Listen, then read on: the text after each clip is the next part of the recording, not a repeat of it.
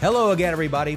A couple of weeks ago, I recorded a podcast on Social Security and on one particular item, and that is discussing a plan that we might be able to get the politicians to employ that could help guarantee the survivability of Social Security. And it was really interesting, the feedback that I got from that. I have people who I know, and I'm talking feedback like direct email responses. People who I know who are on the right side politically. One of them said, best podcast ever. I have been saying this very thing on taking that income cap off of FICA. I'm like, well, I really appreciate that. But then I have people who I know who are on the left side politically. That's the best podcast you've done. This would be great. I'm like, okay. This is really interesting to me and I think encouraging. Some of the plans being floated about to try to tackle the Social Security issue don't have to be political. And I know this is just my little corner of the country, right? But I don't think my corner is necessarily any different than most of the other corners in the country. So it'd be very, very interesting to see what politicians really think about that. But that's not really the aspect of this particular podcast. It's related to that. Because there have been a number of proposals and plans that have been put out there to try to ensure the survivability of Social Security. One of the most controversial, and I don't think it will ever see the light of day, but it's this. We would be allowed to take some of our FICA dollars for those of us still working, and we would have our own lockbox.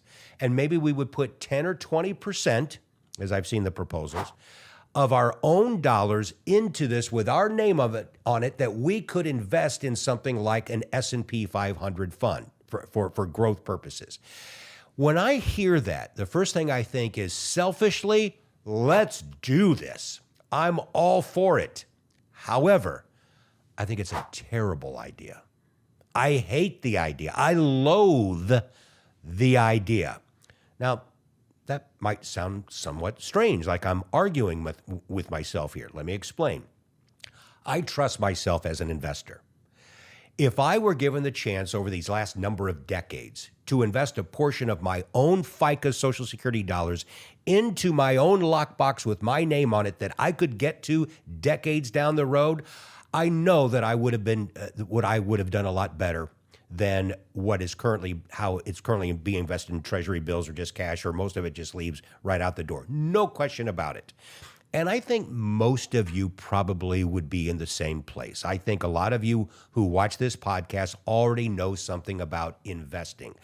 I've got 40 years of experience in it of investing my own money, more than 30 years of investing other people's money. I do not give in to fear and greed and emotions. I think long term, I've got the success to prove it. I know it would help me. But with that said, a lot of Americans don't.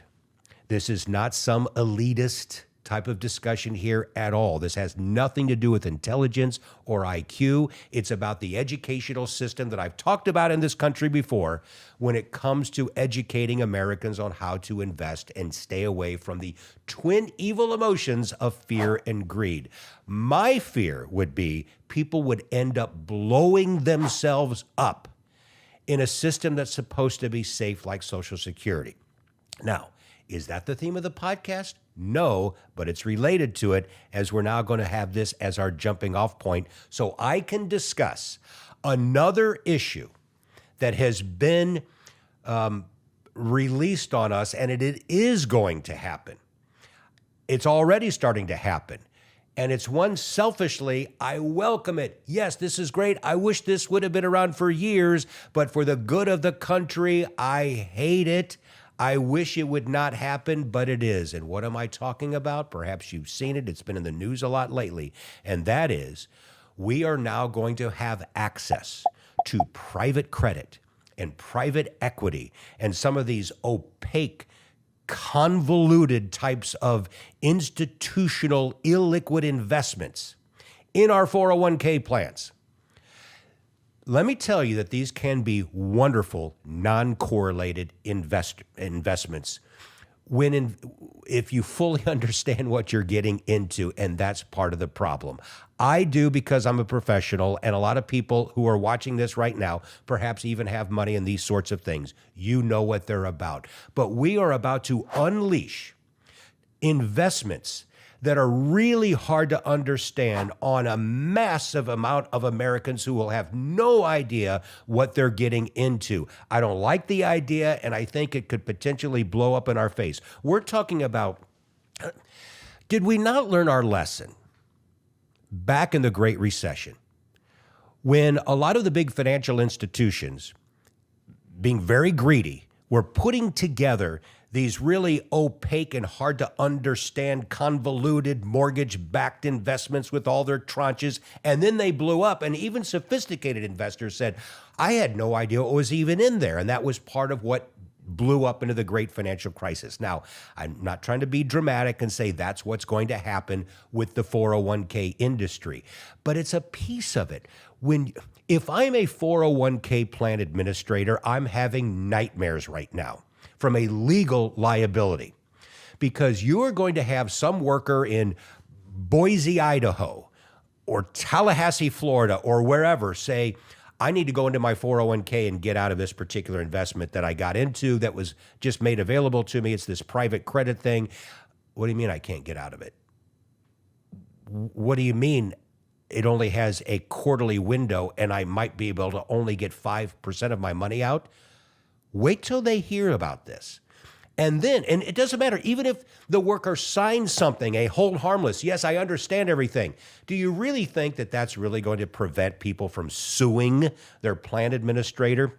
I think there could be a whole cottage industry of lawyers who specialize in only going after 401k and 403b plan administrators because of these really convoluted private equity investments that are coming to a 401k plan near you. And by the way, not only are they going to be upset when they realize they can't get out of a portion of this new investment they got into, but then when they finally do some due diligence, they're going to see, wait a minute, I've been paying 2% a year, 2% of my investment to this fund company, this private fund company, and 20% of the profit.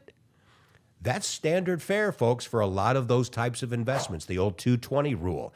I think it's a horrible idea, and I don't understand the reason why we're doing this. What is wrong with just building your wealth in 401k plans in a traditional sense? You just have to get in there and stay disciplined and invest in good old-fashioned high-quality funds, ETFs, individual stocks if they're available to you and you're sophisticated enough to be able to do that. Bonds, large cap growth, small cap value, international, domestic, dividend payers. On the bond side, it's the same thing. We've already seen the ability for the American worker, if they're disciplined, to already create wealth for themselves for retirement. Look, pension... I'm going to get real serious here for a second. It's getting ramped up. Pensions, that's a dinosaur. Those of you who are somewhat new to the workforce, there aren't really pensions that were available to your grandparents. Those are gone. Social Security, the bedrock for a lot of folks when it comes to retirement. You younger folks, maybe your benefits are going to be cut. So pensions are gone. Social Security is in jeopardy potentially if we don't do something about it. And now we're going to make 401k plans more complex and allow people to maybe blow themselves up into things that they don't fully understand. Let me put on my skeptical and cynic hat for a second. The private equity and private credit industry is licking its chops and has for a long time to look at this multi-trillion-dollar 401k industry for the masses and say, we want in on the game. So they get with the politicians, and now that's where we're going. So let me end by saying this. I am fully in support of those types of investments. I have them. We invest these things for clients, but we do our due diligence and we make sure our clients understand exactly what they're getting into and exactly what our potential performance is, and the risks involved too. My fear is that I don't think investors really understand these types of investments. I hope my fears are unwarranted, okay? I do. This would be my hope, because this is going to happen. It's too late now. It's too late. This is happening. President Trump has sent a directive to the Labor Department. It looks like that this is going to happen. So here is my hope, which would alleviate any of my fears that I have. 401k plan administrators will say, okay, we're only going to allow a couple of these types of investments. And not only that, we will have done our own due diligence, and these are some of the most high quality, well-known types of investments that have a little bit more liquidity to them.